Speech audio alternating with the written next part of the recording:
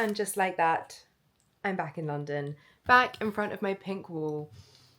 I've just made myself porridge. Sorry, does she not look amazing? We've got porridge with blueberries, which I cooked. So they're all like, oh my God, so good.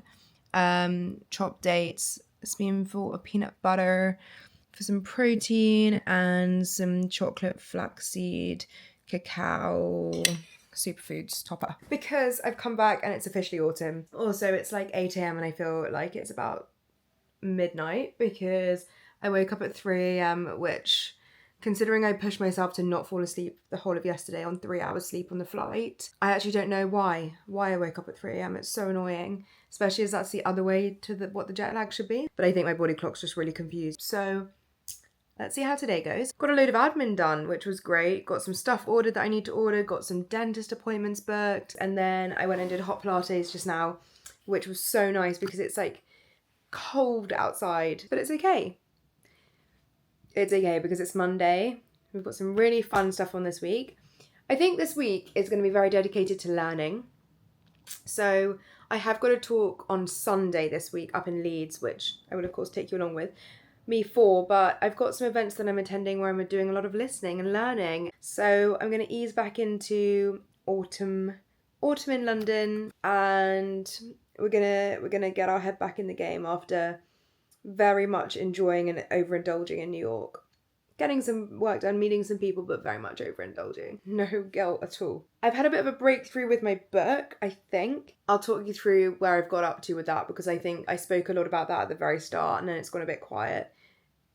Because it has gone quiet. Like, that's the only way I can explain. I'm going to eat this porridge and then I think I'll head over to the office because it's a beautiful blue sky crisp day. It's my favourite weather ever. I feel like New York gave me a spurt of creativity that I really needed, and I've come back feeling both shattered and refreshed. So let's do this new week. Thanks for being here.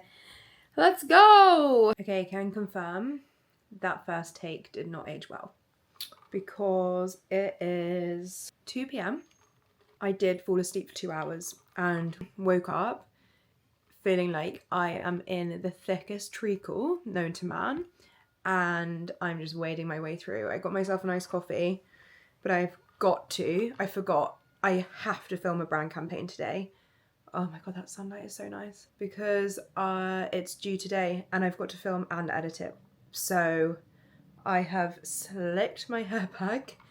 I have put some makeup on and we're going to venture outside. I'm going to have to film with my tripod in public, which so embarrassing, but I'm going to try to go somewhere quiet in a park and then I can come back, edit. And the only other thing I'm going to try and achieve today, because of how tired I am, is to tidy and put away all my clothes. I've just like hit an absolute wall and I'm so glad I allowed myself this day with no plans. But yeah, just keeping it real. Don't want anyone to think like, oh, she just like bounces around the world and doesn't get any of the repercussions that all of us get. Right, let's go and be brave and film this in public. What I think when I'm filming in public is, especially if it's a paid campaign, is like, this is work. If I was with work and they asked me to go and film something outside, I would go and film it. Like, I am being paid to do this. Who cares what people think? I know that's what I tell myself. I feel all the feels. I feel the cringe. I feel the secondhand embarrassment, but I'm just going to do it anyway, because the reality is like, their cringe is not what's paying me. The campaign is paying me, so I can get it out. And it's a really fun, amazing campaign. It's one that I tried to film in New York, but I've watched I've tried to edit it back and I'm like, no, I didn't land it right. Like, this isn't it. I care so much about my content and my brand campaign, so I'm just completely reshooting off my own back. I make more work for myself than I need to, but I just care so much. Oh my God, the things I'm trying to do to get my face in the sun, to like absorb some of this sunlight into my eyes to wake me up right now. Let's go find a quiet spot to try and film this campaign. And then we're going to come back and edit it and tidy up. Wish me luck. Guys, if I can come and do this in a very busy, very well-known London park, best believe you can do the thing. And I mean, I'm about to film myself filming myself, so it doesn't get much worse than this. I think that's where we need to be. Okay, trust me, you can do the thing. Nobody cares. Like, literally nobody cares. It's never as scary as you think. Right, let's watch this back and check I actually filmed anything. Not me having to refilm, get the tripod out and refilm. Good job I checked, because I'd stopped and started and filmed some in 0.5 and some in 1, and it was just, yeah, and a second take was way better. So she's officially a creator because she's spending her Monday lunchtime with a tripod in a park. And I just think with all of these things, one, it's work. I'm coming out to do a job, getting paid to do it and going back. We all go and do that every single day. Secondly, the worst thing that could happen, like this is worst case scenario, someone you know and think is quite cool seeing you. They see you and think, God, that girl's creating content on a Monday, good for her. Or they think, lol, what a loser, she's filming herself in the park. And I think, yeah, and I'm getting paid to do it. Like, do you know what I mean? Like I run these scenarios through my head and I'm just like, oh, it's fine. There are so much worse things going on in the world. And I have no shame filming with this thing. I guess the tripod just attracts attention, right? Like anything that attracts attention is scary and different. But yeah, if you want a little bit of that don't give a shit energy, I hope it's coming through the screen. I think I'm also so jet lagged and tired that I'm just like, I just had a vision, I wanted to bring it to life.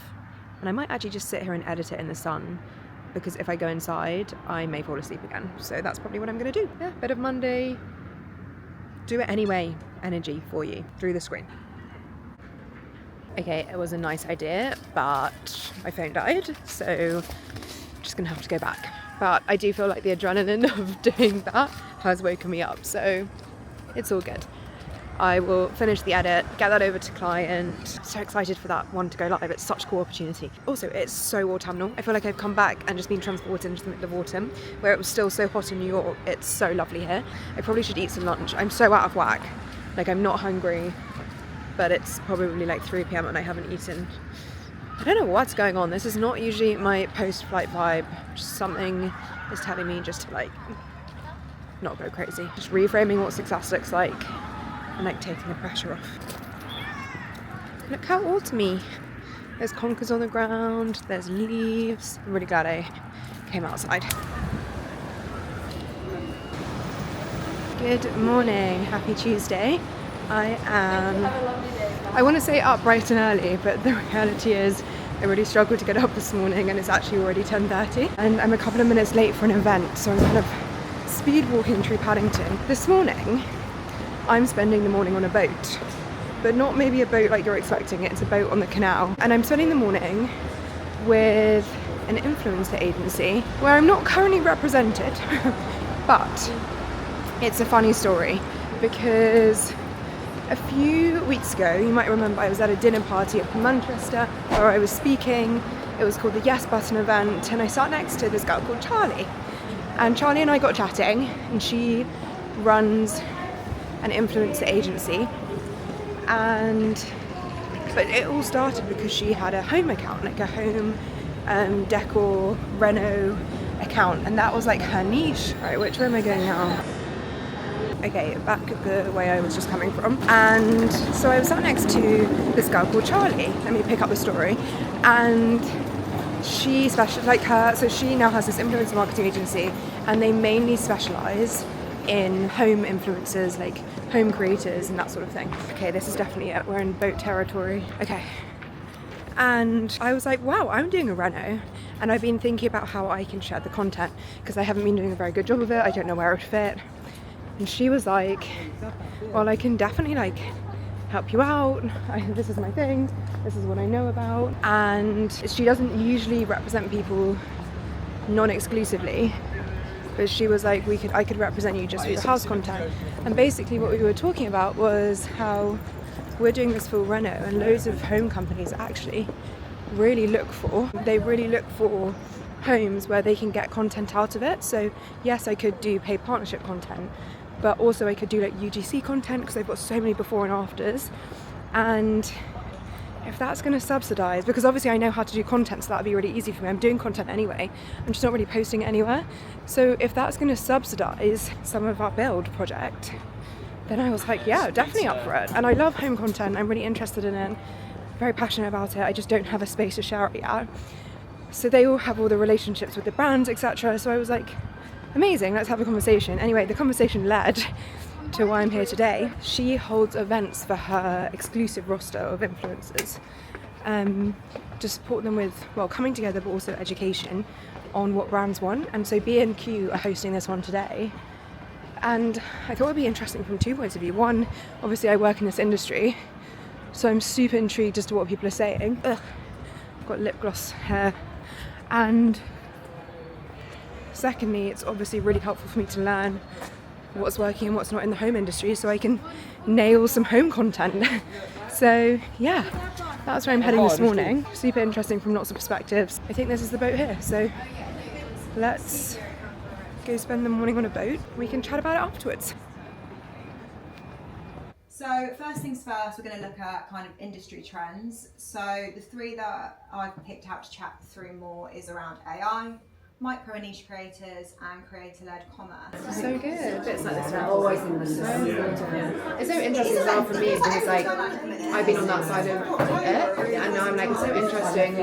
Obviously, they're the affiliate team who are working with creators, and then you've got the social media team working with creators, and the paid search team working with creators.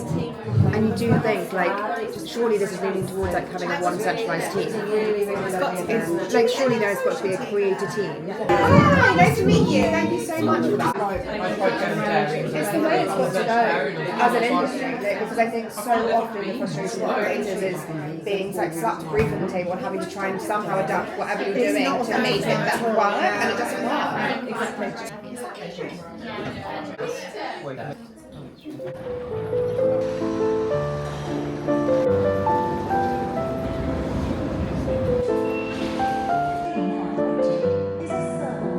Okay, just walked in. I've got 6 minutes until my call with Jordan, which means I've got 5 minutes to prepare. I have already looked at the briefing doc, so it's all good. Got a pistachio matcha from Blank Street because someone told me that we do have pistachio milk here in London after raving about it in the US. But this hasn't just got pistachio milk in this, it's got like cream and stuff in it. It's like super sweet. Whereas the one I had in New York, I need to take everything off, was just the milk, so it wasn't sweet, it was just nutty. Anyway, this is super niche for whoever cares about this. If anyone, maybe I just need to order it with pistachio milk and not the pistachio latte. That's hilarious. My porridge and everything from this morning. My porridge is half eaten, my tea half drunk. It was one of those mornings where I was washing my hair, blow drying my hair, trying to eat porridge all at the same time. Not to much success. We'll clear that up. And then I need to jump on this call with Jordan. And the reason I said I've got like 3 things that I want to tick off this afternoon is because my head has been whirring since New York with like creativity and ideas. And what tends to happen is I become quite overwhelmed with ideas. And at the moment with the house as well, I just had Austin just FaceTime me about the house because they've filled in the wrong door. There's always little things, but it's fine. They can take the wall down apparently. There's lots of decisions I've got to make with the house right now, so I feel like decision paralysis everywhere else. So I've decided to just give myself like 3 small things that I need to do that feel achievable in the time and space I've actually got today, rather than like creating this unachievable list, not being able to get anything done, and then feeling overwhelmed that I haven't done anything. It's sort of like a hack I do for myself. So today I'm like, wash hair, go to event, so tick tick. Community service briefing call, which is an hour with Jordan, which we now, so then tick. And then I have create an Instagram carousel for tomorrow, write the caption for a branded piece of content, do my returns, and then get to this next event. So if I tick all of that off, that's like a successful day. Like I've done quite a lot in that day, and it will feel like it's a sense of fulfillment and achievement if I do that. Whereas if I write like create 3 new LinkedIn, like everything else that's currently in my mind that I also need to do, then I'll only get like a quarter of the way through the list and I'll feel really stressed about it. But for now, it is 27 now. I need to get ready for this call. Hello. We could do like notes and yeah, like the ones that didn't make it in this week, because it will just give those free subscribers a bit more of a taste of what they can expect. I'd be lying if I said I wasn't shattered and that I'm running late. Two truths, one lie, except they're all lies. I am off to an event all the way in Shoreditch. It's to celebrate the launch of a new coat collection for Pretty Lavish. But there is a panel of women speaking. I'm sure it'll be gorgeous and inspiring. Just gotta attend, which isn't hard really, is it? Get some content probably. Okay, let's go. I love Pretty Lavish, can I just say? I love the founders. I think they're gorgeous inside and out. Second, I have finally set up my Shop My, which means I will link all the outfits I wear if they're to an event or things I'm wearing regularly, like my rugby tops or shoes or trainers or things I get asked for all the time, will now be in the description of every single YouTube video. If there is an item I'm wearing that isn't linked, call me out on it in the comments, because I will try and make sure everything's there. Let's go. to Shoreditch. It feels good to be back in a London cab, even with some erratic driving.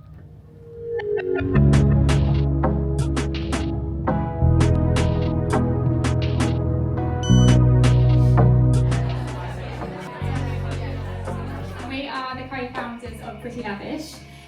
So yeah, like Steph said, tonight is in celebration of our outer edit, which has gone live with Chloe Lloyd. It's a smaller, curated collection of just really good quality outerwear pieces, and it is so Chloe, so chic, so elevated. But yeah, really, really good quality, and we're just really excited to be working with you again. So big thank you to Chloe. I hope you enjoyed the evening. There's lots of drinks and canapes.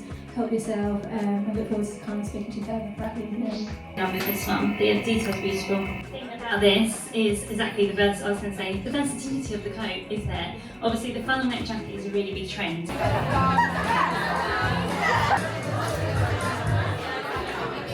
was good. I just freaked out.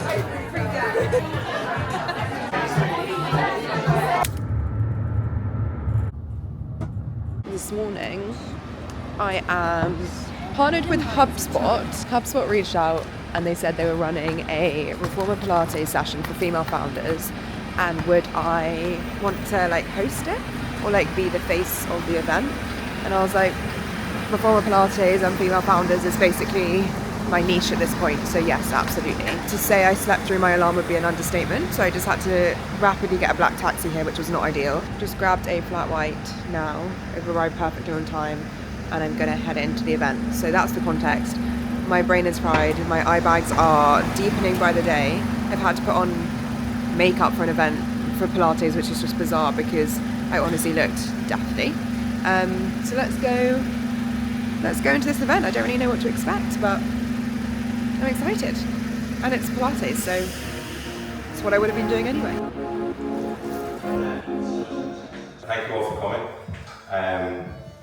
This kind of running things like this, I don't think I run that often, but enjoy class, enjoy each other's company, and then enjoy some coffee and some pastries after networking and learning from each other. Thank you.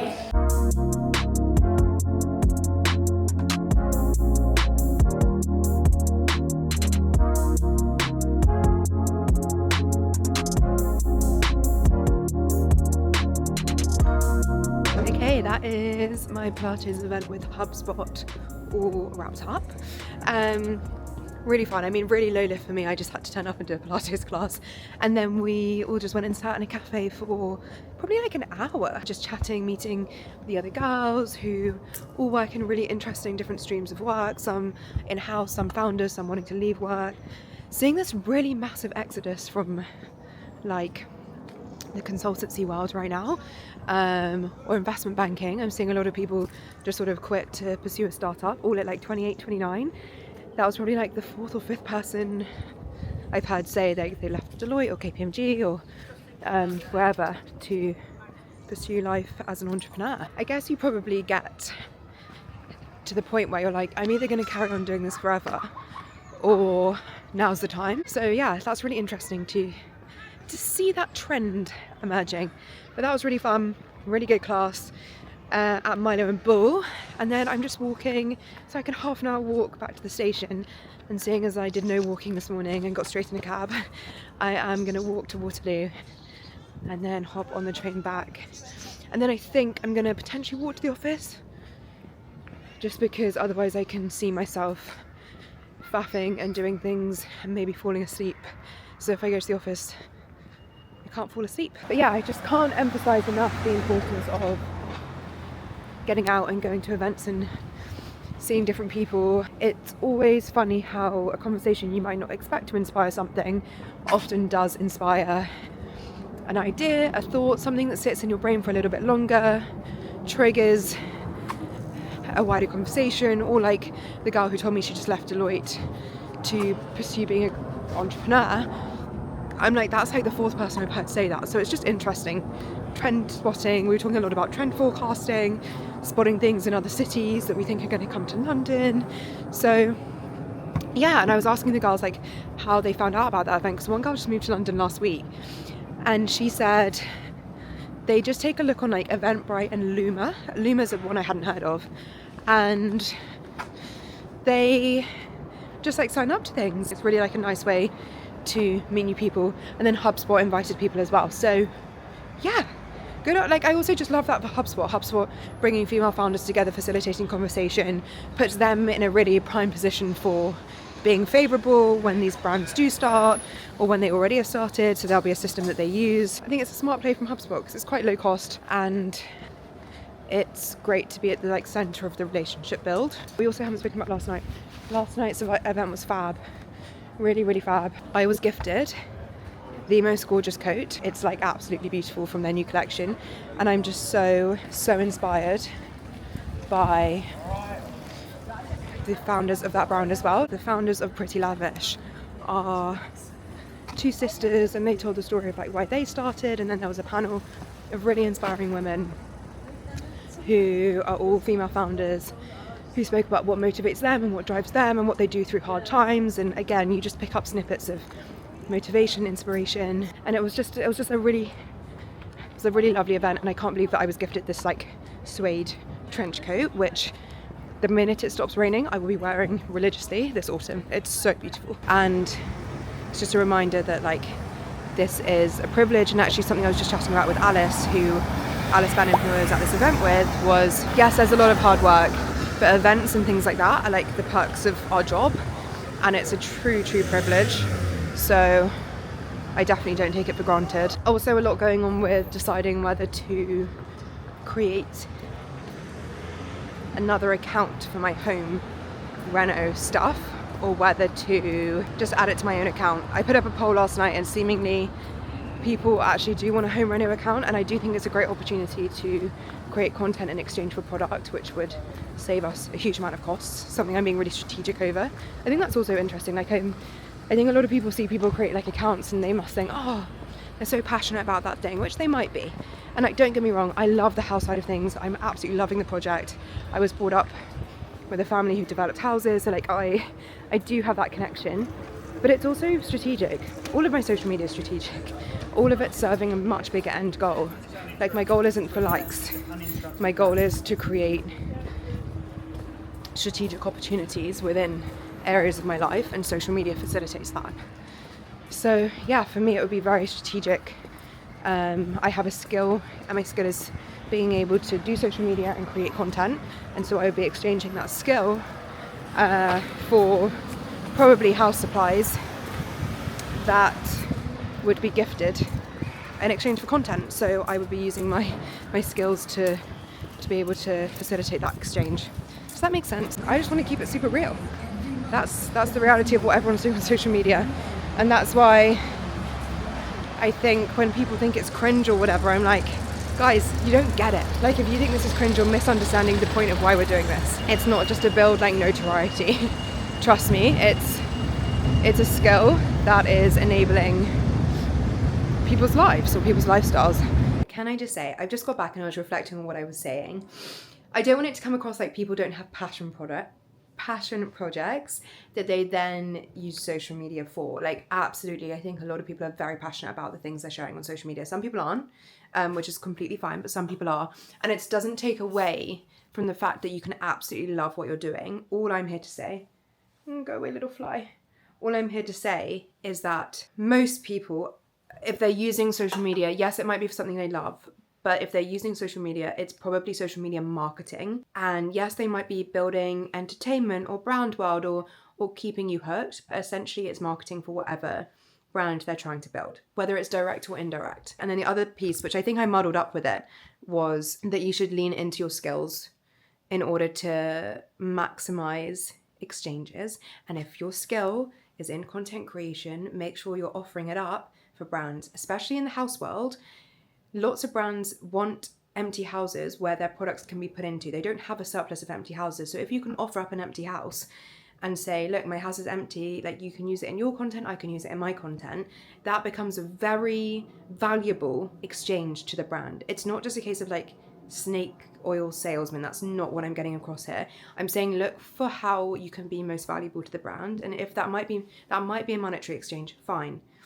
But if you have the energy and the skills to create content, it allows you to access things for discounted prices. It just does.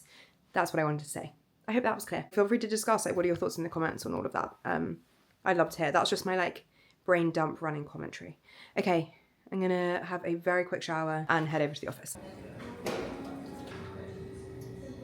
I felt like I had this opportunity, this like scratch I wanted to itch. I had this entrepreneurial sort of, I guess, feeling in my gut that I can't ignore. I'm not sort of limiting myself to anything yet, with the idea that maybe in a year's time I will have found things I absolutely love, and then I'll go, okay, this is the route I'm going to pursue. I'm very passionate about lifting up some more female voices in this space. So from my perspective, in terms of like next steps or continuing the conversation, I guess it would be really helpful to understand like what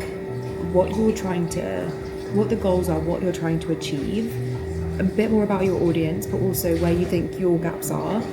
And I tend to work that I offer sort of a proposal of how I think I could potentially work with you, whether it's as you said, more of an advisory role or whether it's more hands-on. Amazing, it's been such a pleasure to meet you. Thank you so much for reaching out.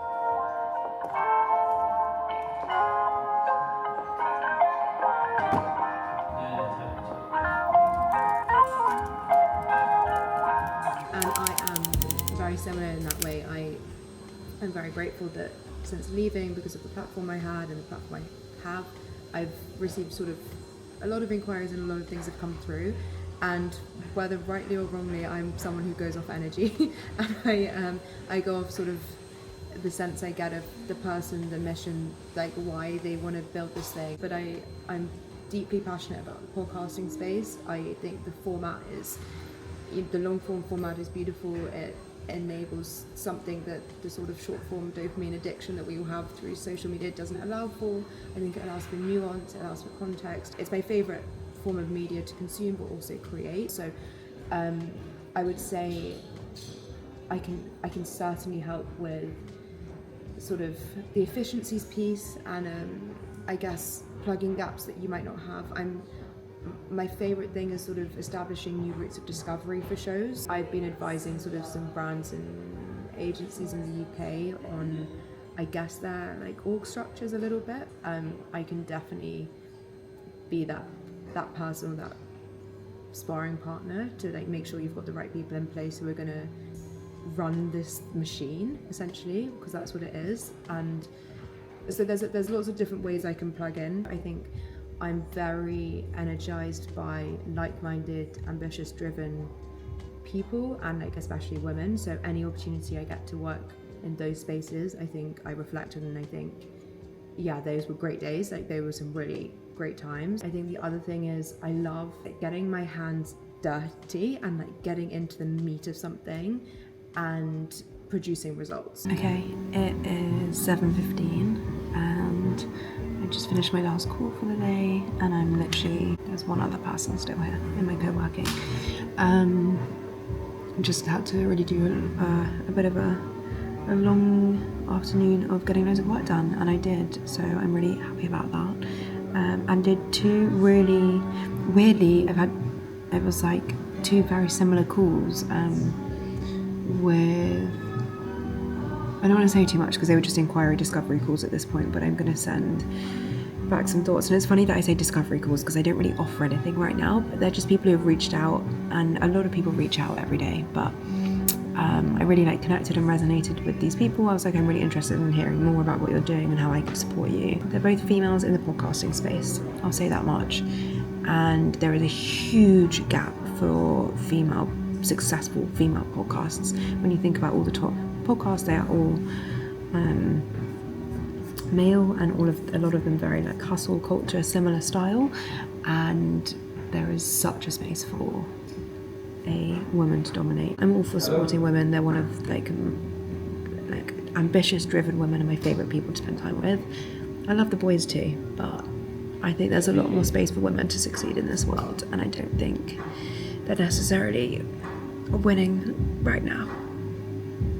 Maybe that's controversial, maybe not.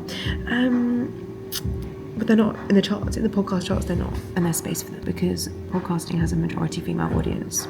So why are we all navigating towards the men? Right, I'm going to got my brand partnership live for the competition to win $200,000, which is very exciting. I'm really hungry, so it's time to wrap, but it's been a really good day. I also reviewed the vlog and we've added a load of like amends and tweaks into this week's episode, and I love it. It's got such a good flow to it, such a good story, such a good narrative, music elements. Like, we've just leveled things up and I'm very excited. And I'm at the stage of working with my editor now where like this always happens, like you give a lot of feedback on week 1 and week 2 and week 3, and then by like week 4, week 5 you're giving way less feedback because you just like understand each other and they take on the feedback if they're a good person to work with, which my editor is. Okay, now we'll go home. We are going to catch up, but I do have to get out of here, and I wanted to show you how beautiful the coat is that I got given by Pretty Lavish the other day. I'm literally wearing it at the first opportunity to go for dinner when it's not going to be raining. Let me put some socks and shoes on first. It's Thursday. Can't lie, jet lag caught up with me this morning, so I didn't have anything in the calendar as such. I didn't have any calls or anything, and I had my usual 7 o'clock alarm, and I could not for the life of me wake up. I think like obviously I knew I didn't have anything on. Wait, let me get my coat. Yeah, like obviously I knew I didn't have anything on, also the coat. So my body just slapped and slapped and slapped, and I slept and snoozed the alarm until 9:30, which I think just said like my body just clearly needed it. I'm sorry. I can't explain to you how soft this coat is. Oh my god, it's so snuggly, but so, also the way this cinches your waist in, I can't.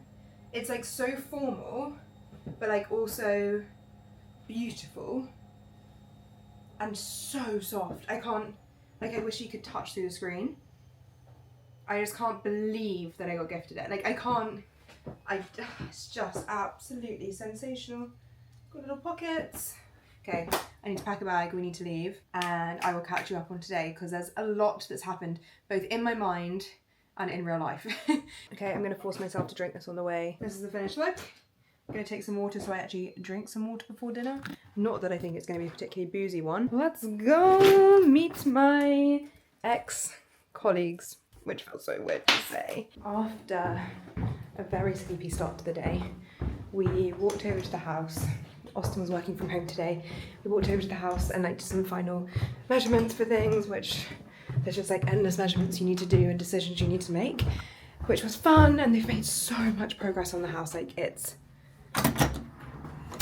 really quite mad. And then we went and worked at a cafe place that I wanted to go to literally forever because it's a waffle house, and they did Marmite stuffed waffle soldiers with dippy eggs, and I think it might be the best breakfast I've ever had.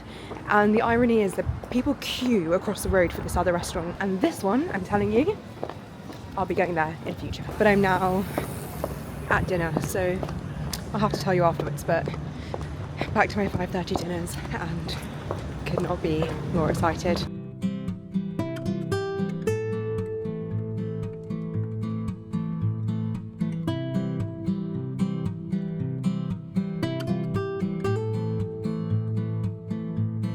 Hey guys, we're so proud of what you've achieved since leaving We love the you. company. We're so proud of you. Keep smashing it, girl. You're doing such amazing things, honestly. We're cheerleading from the sidelines. We love you and we miss you. Keep killing it, girl. It's now 10:30. How do we go for dinner at 5:30 and I'm getting back at 10:30? Make it make sense. We went to a really fun bar afterwards, to be fair. I say fun bar, it was a little cocktail bar, and we sat in a little booth. It was just perfect, and we just had one cocktail, but it was absolutely delicious. Like, one of the best I've ever had. So it was called Found in Shoreditch. Would recommend. The thing I did want to say today is I felt like I had a few things happen yesterday that made me like stop in my tracks and start thinking a little bit differently about what I'm doing. One was I listened to this episode of Grace Beverley's podcast, and as someone addicted to launching, you'll know because a few weeks back I shared a video about how to launch. I love launches, but I also know that the hard bit starts after the launch. I know that. It was really interesting to listen to her podcast about why we're addicted to launching things, and I guess not only why the hard bit is afterwards, but why we need to introduce delayed gratification or delayed reward to incentivize us to keep going for longer. It's why it's really exciting to start something and then people get bored really quickly after like 3-4 weeks. It's exactly why I set myself an accountability challenge to post every single Friday for 52 weeks, because otherwise it's something I probably would have started, as most people do, and got bored after like the initial hype wears down, which is inevitable. So I really needed that reminder, and also it's also always great to like understand the science behind something. And it's only like a 20-minute little short burst episode. I actually wish it was way longer, but I feel like they could have gone into like so many more examples and like practical takeaways, but there were definitely some like really insightful moments to take away, including mainly delayed gratification, which is something I'm going to start to practice. But yeah, I'd highly recommend listening to that podcast. And then as I've kind of said in this vlog, I put up a story about starting a renovation home account on Instagram, and I got really carried away with the idea for like 24 hours. And to Grace's point in the podcast, she talks about how you should put your ideas on like a someday shelf. Okay, for context, I'm nearly back, so I'm going to finish this before I go in. For context, Steve used to call it a someday shelf, where if you have an idea, you put it on your someday shelf, and if you still want to do it like 6 months later, then you should do it, because that means you're not being incentivized by like the dopamine, you're being incentivized by actually wanting to do it. Grace called it something else, but essentially put the idea in your notes, and if you still want to do it after 48 hours, you should pursue it. If you know you're the type of person who constantly gets hit with the effects of this dopamine loop, do not start it straight away. Do not allow yourself to only enjoy this based on the dopamine rather than the practicality of actually doing it. Write it down in what I call a cooling off folder. If you still care about it in 48 hours or a week, then plan to take action. So that's the context that's important, because I got very excited and I did a story being like, I think I should do a home reno page, I should do a home reno account. And I had a lot of people, I think like 80% of people were like, yes, you should do it. But I had 2 replies. I had lots of replies, but 2 of the replies said, one of them said, and they've never messaged me before, I have no idea who this person is. They just said, no, focus. And I'd had a message earlier in the day that said something along similar lines, but less punchy. Well, it said, no, you should just like share them on your own account, because it's like a part of you, it's a part of your journey, and you should just, everything should be on one account. And then the second one that said no focus, honestly stopped me in my tracks, because it was exactly what I needed to hear. Actually, it was exactly what I needed to hear. I need to double down and focus on the things I'm already doing and do them better and do more of them and keep going, rather than like adding a new sexy fun launch idea to everything I'm doing right now. Honestly, the combination of Grace's podcast and getting that DM, I was like, fuck, they're right. That's exactly what I need to do right now. So I'm not going to create a home reno account. Will I incorporate a bit of home reno content into my own content because people seem to love it? Yes. So I kind of, I guess, a bit of a pivot. Like, you're seeing a real pivot in this episode, because I think 2 days ago you saw me being really caught up and riled up and excited in real time about the idea of like creating content in exchange for goods. And in actual fact, what the smarter move is to do is to invest more money into what I'm currently doing, essentially create whatever it is I'm going to do, my course or coaching, or take on some more clients, or like one-to-one clients, or like figure out my packaging, earn money through those means, because it lights me up so much more, and not necessarily, it's a funny one, because like, could I make content for the brands and they could use it? Yes. Is that potentially something I'll still do for the house reno? Yes. Am I going to distract my focus, when focus is the most important thing, away into a house reno account? No, I don't think that's a good idea. So I'm pivoting. I'm cancelling the home reno account ideas. I'm putting a pause on it anyway, and I need to focus. And then at the same time, I had 2 calls yesterday, which made me so, I don't know, they lit me up in a different way to like other work does. I was just having these calls and I was connecting with these individuals, and I was like, I think I want to get behind you guys and support you long term. And it was like this real moment where I was like, oh, I haven't felt this way in a long time. Maybe I am meant to be supporting and working behind like really powerful people. Like, that really does fuel me. So not to say that I'm jumping into that straight away. I'm actually putting it on my someday shelf list, or my cool off period list, and I'm going to come back to it next week, and if I still feel the same way, I'm going to start exploring that a bit more. So yeah, I told you this would be real time. There's other stuff that's happened today, but I'll fill you in on that tomorrow because it's 10:30 and I'm standing in the middle of the road. Anyway, that dinner was absolutely gorgeous with my friends, my ex-colleagues. I'm actually going to a few events with them in the next few weeks, so I get to see them a lot more, which is really fun, but just so nice to be around my creative, intelligent, smart, driven friends who are so encouraging of everything I'm doing. I feel very grateful. Also, Lagana, part of the Pachamama group, if you live in London, is the best one I've been to so far. The service, the staff, the food, phenomenal. I'm gonna go home and I'm actually gonna get my episode is uploaded to YouTube by my editor, which is the first week we've got ahead, which means I can create my thumbnails now, get it scheduled, and not need to wake up super early, or not like feel the pressure to wake up super early to get it live, because I'm gonna schedule it. Big 1% for this week. Okay, let's go. Good morning, happy Friday. We've got the vlog live. I am going for a solo croissant date because my boyfriend had a meeting that he couldn't get out of, which I understand, but that doesn't change things for me. I still need my croissant and my coffee. We just got a really fun vlog live. We put lots of different like elements into this week, so I'm really excited to see how it goes down. I didn't go to bed till really late, which was really silly, but I was doing the thumbnails and description, scheduling it, so it was all ready to go, but I still got up to like do all the comments and interact, which actually gives me more time and I prefer it that way. I want to catch up on yesterday because I had some really great calls yesterday that have really lit me up. Then I'm going to go for a coffee and croissant, and I've got to create a few stories for brand content that I need to submit. Have a coffee and croissant. Then I'm going to do Pilates and have a sauna and wash my hair in the middle of the day on the Friday. And then I've got a brow appointment, and then I'm going to see my friend and we're having tea. And then I will get the train out and I'm going to see my parents for dinner. I like woke up today and I was like, I just get to choose how I spend my day, and I can spend it like filling my cup, catching up with friends, doing stuff I haven't done for a while, things that are really important to me. And I just get to choose that. Like, I don't have to ask anyone for permission. But on a day where I haven't got anything in my calendar, like no calls, nothing, it really freaked me out when this happened in August. Whereas today I'm like, Grace, this is exactly what you're doing this for. Like, you're doing this so that you can have the freedom to choose how you spend your time. And I feel very like at peace with that now. Whereas I think a few weeks or months ago, I found it really like, oh my goodness, if I'm not working every hour of the day, then like I'm not successful, I'm not going to be successful. And actually I've spent a lot of time thinking about like what my version of success looks like, rather than what the version of success I've been told to strive for looks like.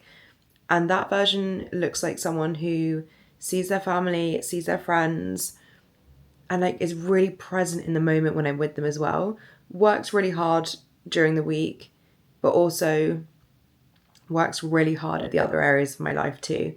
And I'm not going to succumb or prescribe to or subscribe to this notion that to be successful, you have to be grinding out every bone in your body every hour of the day. I've known too many people, unfortunately, who have lost people very young or people close to them. And you hear the same messages every time. It's like, go and do the thing, spend time with the people you love. Like, I have the choice now, so I can take that advice, and I best believe I'm going to take that advice. Okay.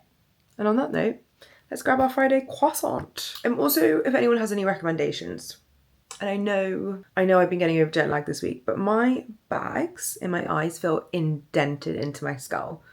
And I slept fairly well last night, albeit quite late. I think I probably had 7 to 8 hours. Yeah, any advice?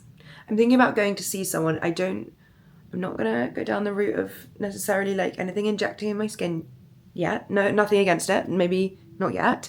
But if there's anything sort of more topical, I could try. Otherwise, best get used to this new look.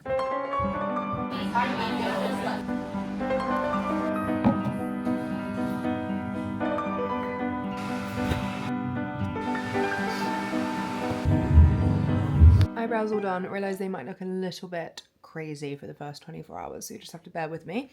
That's what happens when you have them laminated. Just picked myself up a good grain cookie dough. I've never tried this flavour, but I've heard great things. It's literally got little chunks of cookie dough at the top. I get why this is people's favourite. This is so good. Had a delightful morning. Coffee, pastry, pilates, hair wash, brows. Just bought some presents for my friends who have just had babies. But I just wanted to say something to carry on what I was saying earlier about success for me looking like the freedom to choose how I spend my time. I do want to say that I am also aware a common trait of people who are perceived to be successful, i.e. very, very wealthy people or billionaires of successful companies. The common trait is obsession and focus. Like, I will say, if you are someone whose version of success looks like becoming the CEO of Microsoft or building the next billion-dollar tech startup, it does require relentless obsession. But I caveat all that to say, if that is your version of success, because my version of success looks like, for sure, like notoriety and wealth building within my industry, for sure. That's why I'm building a personal brand. I also want to leave like impact and legacy within my industry, so that is really important for me. So it does come with a level of obsession, i.e. vlogging all of this journey, picking up the camera when most people wouldn't, working late nights, of course it does, but for me success also looks like filling all of my buckets, and maybe some of the buckets that I've been neglecting for a little while. So if I want to work till 11 p.m.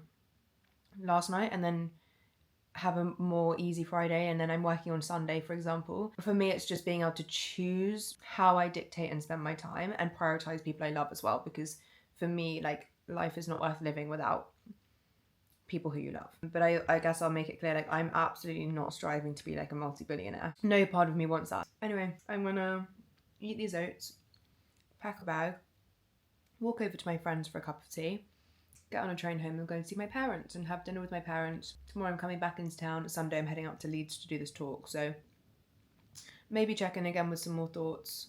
I've got more to catch you up on actually later today. Otherwise, we'll catch up on Sunday.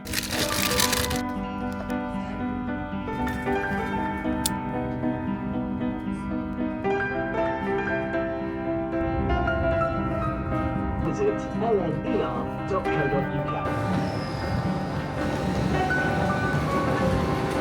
Good morning, well, probably good afternoon now.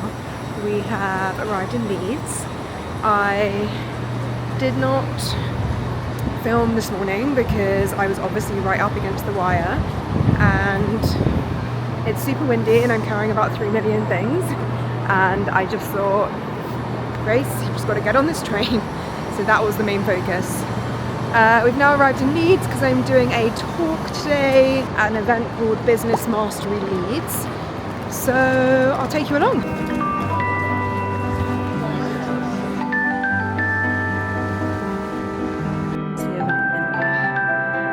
I need to get changed first. Okay, change. I would love to say it was a quick change. But the bit the vlog gets to see that Instagram would never get to see is that I just spent 10 minutes hacking at a label in this outfit to get it out with a key, because I didn't have scissors and I was naked, so I couldn't go outside and ask reception for scissors. So I've just been hacking away with my key. It's not glamorous, but this is the outfit. This is hilarious because it's an awful angle. Maybe this will be better. The sleeves are sensational. Like it's so cool. I don't feel like the camera's doing it justice. Let's go. I've had a few people recently ask me about how I prepare for talks. I've also had people ask about how I get booked for talks, which is something I think I covered in the very first week. But obviously, it's been 10 weeks and this channel has grown and changed and evolved since then. So I'm so happy to run you through that until I get called in, basically. So when it comes to preparing, it depends if it's a keynote or a fireside. A keynote tends to be where you stand on stage, you're by yourself, you present for 30 to 40 minutes with a presentation that you prepare. Kind of like a TED Talk, but with a presentation. A fireside is someone hosts you for a conversation, and it's more Q&A, it's more conversational, it's more relaxed. Both serve a different purpose, and I think you've always got to look at like your event schedule and see like the highs and lows and the emotional moments and the like storytelling of the whole day and where like one would fit better than the other. And I love doing both. Today is a fireside, which means I will be sitting down with Matt, who I've never actually met before, but he is the founder of the podcast and the day and the event. So I think he runs a podcast and then this is the live event accompanying the podcast for his audience. And he will essentially ask me questions within like the topics that I've shared that are important to me. So the creator economy, social media marketing, personal branding, my story, driver CEO, etc. And I don't do too much prep, honestly, because I think if you read questions, you start to like prepare answers in your head, and then when you're up there, you're trying to remember and recite rather than actually give a good answer. So I feel quite confident that there's nothing that really could be asked that I don't have some sort of answer ready for. So I don't really do too much preparation for a fireside, and I think it makes for a really valuable conversation. It feels real, it feels raw, it feels honest, it feels relevant. I guess I'm always preparing in a sense that I'm always like well read on the industry and keeping up to date with the trends, the updates, things that are happening. So although I don't like specifically, I guess, prepare, I'm always preparing. The other side of it is like how I get booked for these things. Right now, everything I do is inbound. I respond to inquiries that land in my DMs. I don't do any outbound, but I will say the content I share is essentially my outbound.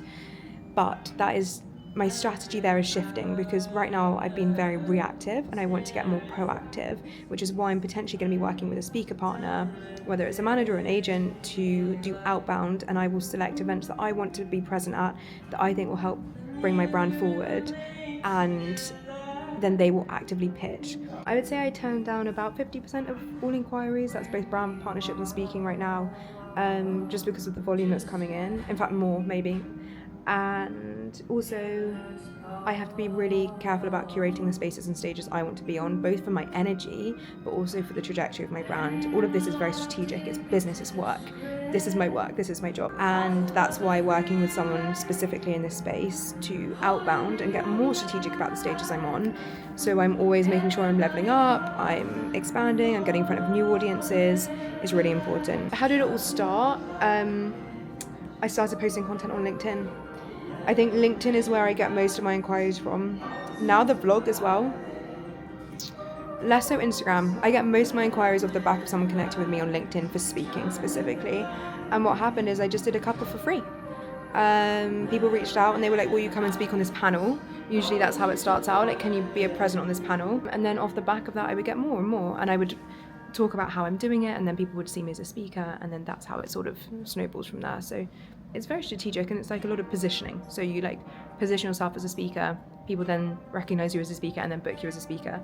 I think if you're not doing sort of talking head content, if you're not putting yourself out there on your social profiles, people don't know if you're a good speaker, if you're capable of speaking, and they don't recognize you in your head as a speaker to book. So for me, content was my outbound, but of course you can always message people and ask to speak at events or ask to speak on panels. Okay, I've been brought through to the green room. I can hear the event in the room next to me. Glamorous life of a green room. Some snacks and waters and stuff, but not one to massively eat before a talk. I think it like really sucks your energy away. I don't think there's much else to report. See if I can get a better look at the outfit now, because I am just so obsessed with these sleeves. Isn't she so cute? Got these like sassy trousers and this like statement blazer with the sleeves, which I am obsessed with.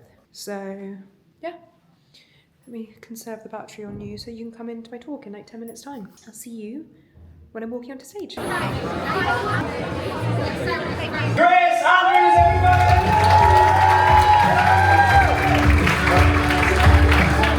Grace, welcome to Business Mastery Live. Thank you so much, thank you for having me. Why have you chosen to go down the YouTube route? I know you've recently started a vlog, and it's like every single week, and they're quite long, right? They're 40 odd minutes, an hour long. So there's a lot, right? So why are you choosing to invest in YouTube? And again, what's some of the tips you'd give us? Yeah, I guess, so look, I have a slight bias because we built the Driver CEO up on YouTube. It was our primary platform, and we did that for two reasons. One, in the podcasting world, YouTube has discoverability, right? So within podcasting, until very recently, none of the platforms have been set up for discoverability. So if you're a new podcast, and you set yourself up on the audio apps, there's very little chance you're going to be seen unless someone in your WhatsApp group sends you the link to it. There's very little discoverability. Whereas on YouTube, the algorithm will put your content in front of new people in the same way as the other social media apps do. So that's why it was always a priority for us. The second reason it was because of the data it provides. There is no other platform that provides the amount of data YouTube does. And so we were completely obsessed with gathering as much data as we possibly could. What we didn't quite realise was the value of a subscriber on YouTube versus the value of a follower on another social media app, like a short form social media app. And so if you think about it, if someone hits subscribe on YouTube, they may have watched 10, 20 minutes of your content. If someone hits follow on Instagram, they may have watched 3 seconds. So the intensity, the loyalty, the engagement that come from just one subscriber on YouTube, I think, and this is just my sort of analysis from building it myself recently, I think it's worth about 1,000 subscribers or followers on another platform. You know, I've been going for a few weeks and I've got, I don't know, 7,000 subscribers on YouTube, and the intensity of the subscriber on YouTube I've already seen to be worth so much more than the audience I've built up on Instagram.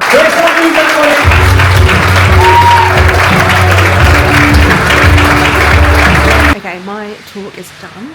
I'm gonna go and try and catch, I've got like an hour before my train, so I'm gonna try and catch the very beginning of Levi Roots' talk, because he's like mega, and it's really important to like listen at these events and not just do the talking. But yeah, I'm such a high from that talk. I fucking love a good fireside and such like an engaged, fun audience. I just thought I just want to just come here and have a chat with you and just be the authentic me. And if it wasn't for that little song that I just sang that I did in Dragons Den all those years ago, we're celebrating 20 years of being in Dragons Den, I wouldn't be here right now. And now, have a sauce called Reggie sauce. And it's available in every store across the UK, and it's just been an absolutely amazing store. So I don't have any magical thing that I'm going to tell you about fucking business, because I don't have to know about that. But I just think that having fun in your business is really crucial. The way I can go from on stage to basically in pajamas and back on the train is quite impressive to me, even to me. Guys, I 100% just went through the spinny circular door thing at the hotel with one of the Chuckle brothers. Like 1,000,000%. I just like we had that moment where you're like walking around and I was like, I know exactly who you are. One of those things in a movie could be really romantic, except he's a Chuckle brother and I'm a bag lady. Gosh, at the Hilton in Leeds, who would have thought? Now I'm gonna check and like, you're gonna be like, guys, Grace, they're not alive anymore or something. It was 100%. I've got half an hour before my train. I've got to get out to the station, maybe get something to eat. I'm not starving. Might wait till I get home. Get some work done and then just chill out on the train. Some Sunday cool down from the talk. But yeah, he had great energy, the room had great energy. I feel super energized and I just love doing a fireside. I do. And I'm really glad I caught the start of Levi Roots' talk as well, because I love seeing how people start a keynote, because it's the most important moment to like set the tone for the whole rest of the talk. And he did how he started his Dragon's Den pitch. I'm literally coming over a river, but I'm in the station. What the hell? I'm literally walking into the station. Like, this is the station. So confused. I thought I could get on the earlier train and they did not let me. So I've got half an hour to wait here before I can get on the train, which is fine because I always like to decompress after a talk anyway. This is actually going to be the end of the vlog. Maybe I'll just sign off now.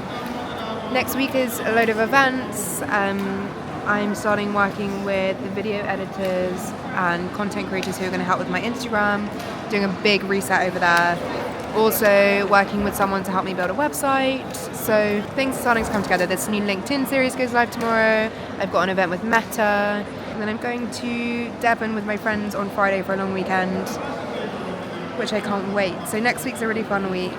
It does feel like things are starting to come together a bit more. Yeah, I'm just looking, I've got like calls. I'm seeing The Diary of a CEO live in the cinema on Wednesday with the team, filming, shooting. I've got another event with the sauna project. Like, there's lots of fun things happening next week, but I'm also going to be working really hard behind the scenes. I've got really good energy at the moment to just like get creative and get work done. I genuinely think this is so linked, if you're a female you'll understand, to our like hormone cycle and our 4-week cycle, and I actually need to track it a bit more, because every like 3 or 4 weeks I just have this like surge of creative energy, and some weeks I just like feel like the world is imploding around me and I can't do anything. And I'm going to start tracking it better, because I genuinely think it is such a real thing, and I think it's so under-researched and so unknown still, and I want to learn more about it, because there are some great people leading the way in this space. So I'm going to learn more, lean in, understand that a bit better, work with my cycles rather than against them, and have a freaking great week next week. Also, I did also send the email this week, which takes the next step in my book journey. I think I'd really put up a wall in that space, and I was like blinkers on, pretending I never had an offer and I wasn't even thinking about it. And I will talk about that more next week, because I'm going to have some meetings about it next week. I feel so lucky. Yeah, let's end the vlog there. Thank you for being here. It means the world. It means the absolute world. And if you haven't already, I would adore if you could subscribe. I value every single YouTube subscriber so much. And I'm just so glad you're here, and the things that are coming our way because of this community means I can go bigger and better. And if we hit 10k by the end of the year, if we hit 10k subscribers by the end of the year, I'm going to do something in real life.